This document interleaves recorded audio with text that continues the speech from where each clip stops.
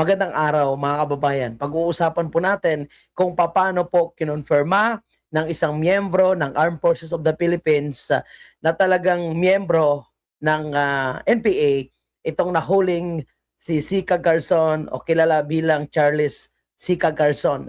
Nakipagpakpakan sa sundalo, may mga nasugatan na sundalo at may isang opisyal pa na namatay. So basahin natin ang opisyal na message mula dito kay Harold, mga kababayan po natin. Immediate release. Kasi nanawagan po ang miyembro ng Kabataan Party List na gusto nila na ma-release agad itong si Sika Garzon dahil hindi naman daw po ito NPA at ang kanilang sinasabi, ito daw po ay isang researcher. Siyempre yan ang madalas na gimmick nila, mga kababayan po natin. Alam nyo, bago ko ito basahin, may mga nagko-comment kasi sa atin na fake news yan, hindi totoo yan. Tapos may mga sinasabi pa na sinungaling yung sundalo natin. Alam nyo, kahit tayo hindi natin nagugustuhan ang pamumuno ni Bongbong Marcos, tayo po ay nirerespeto natin yung sundalo at pulis natin.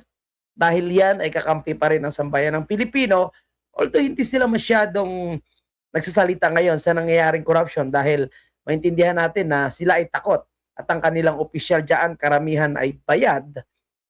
Yung karamihan ng mga miyembro ng Armed Forces of the Philippines para yan sa taong bayan. At bago pa tayo lumayo, basahin ko ang sinasabi ni Harold Cabuno. Immediate release. Abad di yata na ayon sa batas. Ang mga sundalo ang klarong adherent sa rule of law.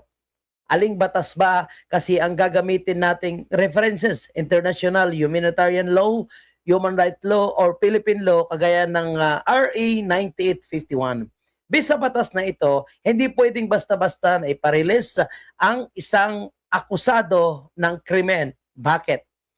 Iyon ay naaayon sa batas. Una, di siya naaresto dahil sa paniwalang politikal or komunismo, kundi siya ay naaresto dahil sa criminal offenses kagaya ng pagbitbit ng armas at pakikipagbarilan sa mga sundalo na ikinasugat ng iilan at ikinamatay ng isang opisyal. Ayan mga kababayan ha, sinasabi ni Harold na confirm na nagbitbit po ito ng baril at nakikipagbakbakan sa mga sundalo natin. May mga nasugatan at may namatay na isang opisyal. So kagaya nga po ng sinasabi niya, ikasama doon itong si Garzon sa mga nakikipagbakbakan, nakikipaglaban sa mga sundalo, may bitbit na armas. Pangalawa, sabi niya dito yung rason kung hindi dapat ito ma-release, sinunod ng sundalo ang law of armed conflict. Nang makita siyang ninervyos at nabitawan na ang baril, siya ay pinasoko instead na barilin. Ito ay naayon sa prinsipyo ng horse de combat na kung saan ay iginagalang ang kaaway na hindi na lumalaban. Yan ang mga rason. Pangatlo, kaagad-agad siyang dinala sa PNP station para ma-inquest proceedings. Ayon sa nakasaad sa batas, di ito arbitrary detention, kundi legal na proseso para sa mga akusado. So inisa-isa dito ni Harold Cabuno yung mga rason kung bakit hindi dapat sundin itong panawagan ng mga legal front. Ang tawag nila kasi dito is legal front. Kasi pag sinabi nating NPA yung mga ito, itong mga party list na ito, sasabihin naman nila na nire-red tag sila. Ayaw nila kasi na tawagin sila ng mga NPA. Kasi hindi daw sila miyembro ng NPA. So ayaw nila yun na tinatawag silang NPA.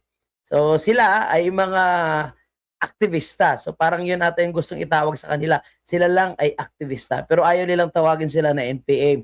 Sasabihin nila na nire-red tag sila. Marami na actually yung tumawag sa kanila ng NPA. So ang ginagawa nila is nire-red tag. So ngayon gusto pa nilang magpasa ng anti-red tagging. At sinasabi nila na hindi daw sila miyembro ng NPA. Pero nakita natin kung sino ang kanilang kaalyado at kung sino ang kanilang pinoprotektahan. So kung hindi sila NPA, ano sila? O panghuli, ibinigay sa kanya ang karapatang mabisita ng kapamilya para makapili siya ng abogado at makita ang tunay niyang kalagayan. Maliban ba dyan, tilulungan pa rin siya ng mga sundalo para mahimasmasan mula sa traumatic experience ng karahasan. Kaya kung ako sa inyo na nasa legal organization, tama, kasi sila ay nakaupo sa Kongreso, ipakita ninyo ang pagiging patas sa pamamagitan ng pagpanagot sa mga kaalyado nyo na nasa hukbo ng NPA, sa Negros na umamin sa serye ng pagpatay ng mga ordinaryong sibilyan.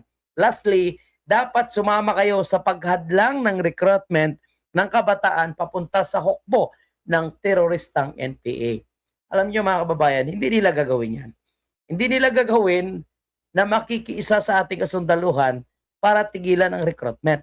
Kasi ang napapansin natin, mas parang pinapalakas pa nga nila itong mga NPA. Ngayon, nakikita nyo na ha, kung tutuusin mga kababayan po natin, identified na yung mga ito eh. Kung sino ang kanilang kaalyado, kung sino ang kanilang mga para ibaon ng anak kagrupo, mga kababayan natin, diyan sa Kongreso. At kung bakit hindi nila gagawin yan na sinasabi ni Harold na dapat sila ay makiki-cooperate, pasukuin yung mga miyembro nila na nasa bundok at tulungan na mapigilan yung mga recruitment. Kasi kaya nga sa akin kaya nga ito yung pinakarason kung bakit galit na galit po sila sa ating Vice Presidente. Dahil ang gusto ng ating Vice Presidente ay matigil na itong maling ideolohiya at yung recruitment na nangyayari. Na ang biktima kasi dito ay hindi lang mga kabataan, kundi pati yung mga magulang na nagkantara pa, nagpapagod, nagpupuyat, no? Halos tinitipid na yung sarili para lang mapaaral ang kanilang mga anak.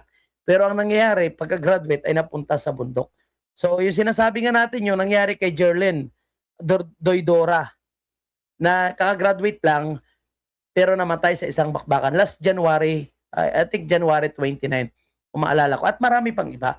At ang susunod na video na ipapakita po natin, ito po siya ay isa talaga siya sa umiyak dahil ang kanyang anak na pumasok din sa NPA ay namatay. Ngayon, isa siya sa mga nagsasalita na dapat itong mga party list na ito na mga ngayon ay nakasama sa mga nanawagan na palabasin itong si Garson, ililis itong si Garson, hinahamon niya. May hinahamon niya ito. Pati yung nanay mismo ni Garson, na tila ba pinagtatakpan pa yung kanyang anak at parang pinapalabas na walang mali yung pagpasok sa NPA. Alam niyo mga kababayan po natin, ang kanilang pinaglalaban actually ay wala na sa tama. No? Ang kawawa dito kasi, yung mga kabataan na kanilang nalilinlang. Mantakin mo yung mga legal front, yung mga ilang official nila. Ang sarap ng buhay Nasa syudad, no? Nasa aircon, maganda yung gamit.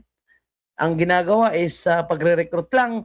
Tapos sabi pa nga dito ng nanay, pati yung mga pangangailangan nila kagaya ng pagkain, yung gamit sa pagkikipagbakbakan, wala nga silang mga supply. Kaya kung makakarap nila yung mga Armed Forces of the Philippines natin, obvious naman natalo sila. Okay? So, ito, pakinggan natin ang isang nanay, si Miss Relisa Santos Lucina. So, ito, madalas ko ito napapanood dati sa programa ni Ka-Eric at Doc Loren Badoy. I think, nakita ko rin ito sa pagdinig sa Senado, na siya po yung mga kasama sa mga nagkukundina sa mga grupo na ngayon ay nasa legal front. Alam niyo na siguro yung mga party list na yan, yung makabayad party list, kung bakit gigil na gigil sila na impeach si BP Sara. Pakinggan natin si Ma'am Relisa. Alam mo, Miss May Garson, dapat magpasalamat ka dahil binuhay pa ng sundalo ang anak mo. Alam mo kung anong ginagalawan ng anak mo. Alam mo na nag-NPA ang anak mo, pero pinabayaan mo at proud ka sa ginagawa niya ngayon. Ngayon, magpasalamat ka kasi binuhay yung anak mo sa kabila ng pagpatay nila sa isang opisyal at sugatan na 2 pang sundalo. Murder at frustrated murder ang kaso ng anak mo. Pangalawa, hindi mo ba nakita? Iniwan ng anak mo ng mga kasama niya. Ngayon, instead na tulungan ka, lalo ka pang binabaon ng mga makakaliwang grupo, kasama yung anak mo. Kala mo ba makakalabas pa yung anak mo? Mabubulok na sa kulungan ng anak mo. Instead na nakikipagtulungan ka sa gobyerno, ikaw ang gumagawa ng dahilan para ibaon ang anak mo sa kulungan. Hindi ito katulad ni Chantal na pakakawalan ng anak mo. Nakapatay ang anak mo ng isang opisyal ng gobyerno, isang sundalo. Hindi yun ganun-ganun lang. Hindi to para kayo naglalarong mag-ina. Bakit nga ba binuhay ang anak mo? Para magsilbing aral to sa mga kabataan na patuloy na sumasali sa makakaliwang grupo o sa makabayan black, katulad ng Kabataan Party List at Anak Bayan Gabriela. Lalong-lalo na yung kagrupo mo, mga ACT Teachers Party List. Ang mga sundalo, hindi yan kikilos hanggat walang mga community na nagre-report sa kanila ng pang-aabuso ng NPA. Ngayon, yung komunidad sa Mindoro, Gabriela. Tingnan mo nga, pinangalanan niya po mismo, mga kababayan po natin, Gabriela, anak bayan, so anak pawis. I don't know kung akbayan ay kasama dito. Siyempre yung Active Church Party List kasama yung mga yan, no? Yun nga, sinasabi nila na hindi po sila miyembro ng NPA at kapag sinasabi mong NPA sila, no, ay nagagalit sila, sinasabi nila na nire-retag po sila. At tama po itong sinasabi ni Madam na unlike doon kay Chantal na wala naman siyang pinatay at siya po is hindi naman nakita na humawak ng barel, kundi siya ay nagtatago na takot na takot. So talagang pwede siya i-release kasi unang-una wala namang nakikitang baril, hindi naman nakita na nakibakbakan siya, hindi naman siya nakapatay. Ito pala nakapatay di umano itong si Garzon. At lumalabas daw dito po sa sinasabi na pati yung nanay ay parang kinokonsente. So ibig sabihin lang mga kabayan natin, alam ng nanay na yung kanyang anak ay pumasok pala sa mga ganitong klaseng grupo. Nakakalungkot lang, no? Kung ang isang nanay ay kinukonsinti niya yung kanyang anak na pumasok sa maling ideolohiya. So kawawa, parang nilaglag niya o parang pinain niya ang kanyang anak sa isang buaya na alam niya kung ano po yung kahihinatnan. Kaya kung babalikan natin mga kababayan, yung usapin ng confidential fund, yung usapin ng impeachment kay BP Sara. Ito yung mga purpose kung bakit gusto nila ma-impeach si BP Sara. Ito rin yung rason kung bakit takot na takot sila sa mga Duterte. Kasi nga, yung gusto ng mga Duterte ay mawakasan ang insurgency sa ating bansa.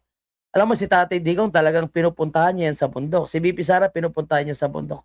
Personal sila na kinakausap upang magising sila. Lalong-lalo na po yung mga nasa kabundukan. Itong mga legal front, wala silang pakialam dyan, yung mga nasa bundok. O magbibigay lang sila ng supply, magbibigay lang sila ng pondo. Kasi nagagamit kasi nila yan sa kanilang political and personal agenda. Itong mga grupong ito.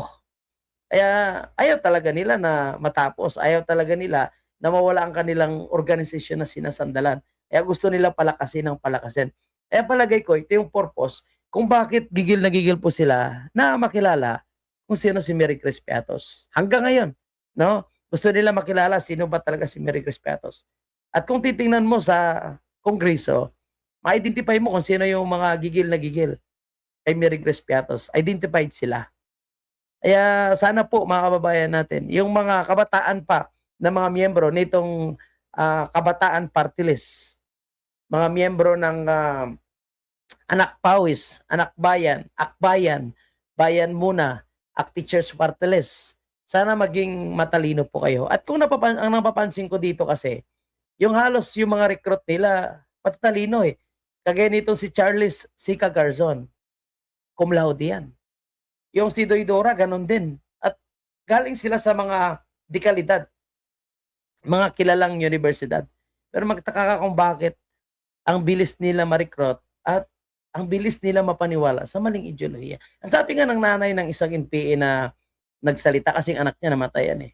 Ang sabi niya nga na sila ay nagpapasarap ng buhay samantala yung mga nare-recruit, gutom, kulang sa materials, minsan nagkakahasa pa ng kanilang mga commander, walang magagawa dahil sa ideolohiya nga na kanilang pinapaniwalaan. So yung supply kulang, bastante sila sa ideolohiya, pero mali ang kanilang ideolohiya na sinasabing pantay-pantay. Kasi paano naging pantay-pantay? Sila nasa bundok, ang hirap ng pagkain, nakikipagbakbakan, ang kanilang mga recruiter, lalo na po yung mga nasa legal front, ay ang sarap ng buhay. Diba?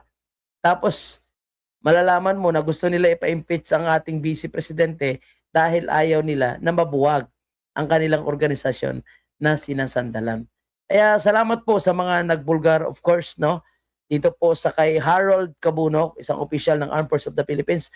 Sorry sir, hindi ko maalala kung ano po yung inyong rangko sa ngayon. Sa alam ko, si Harold Cabunok is kilalang vlogger na sundalo na kasama rin sa mga nagsasalita, lalong-lalo na po sa usaping kontra sa NPA. So salamat Sir Harold Cabunok sa iyong pag-explain kung bakit hindi dapat mai-release itong si Garson, si Charles Garson, at kung bakit siya inaresto ng ating kasundaluhan. So hopefully maging aral po ito sa mga kabataan na patuloy po na nalilinlang nitong mga nasa Kongreso, nitong mga party list na nagkukunwari na para sa mga mahihirap, pero ang kanilang pakay ay gamitin ang salitang mahirap para sa kanilang personal na political propaganda at pagpapalakas. Yun lang at maraming salamat. Huwag kalimutan i-like ang video ito, mga kabayan.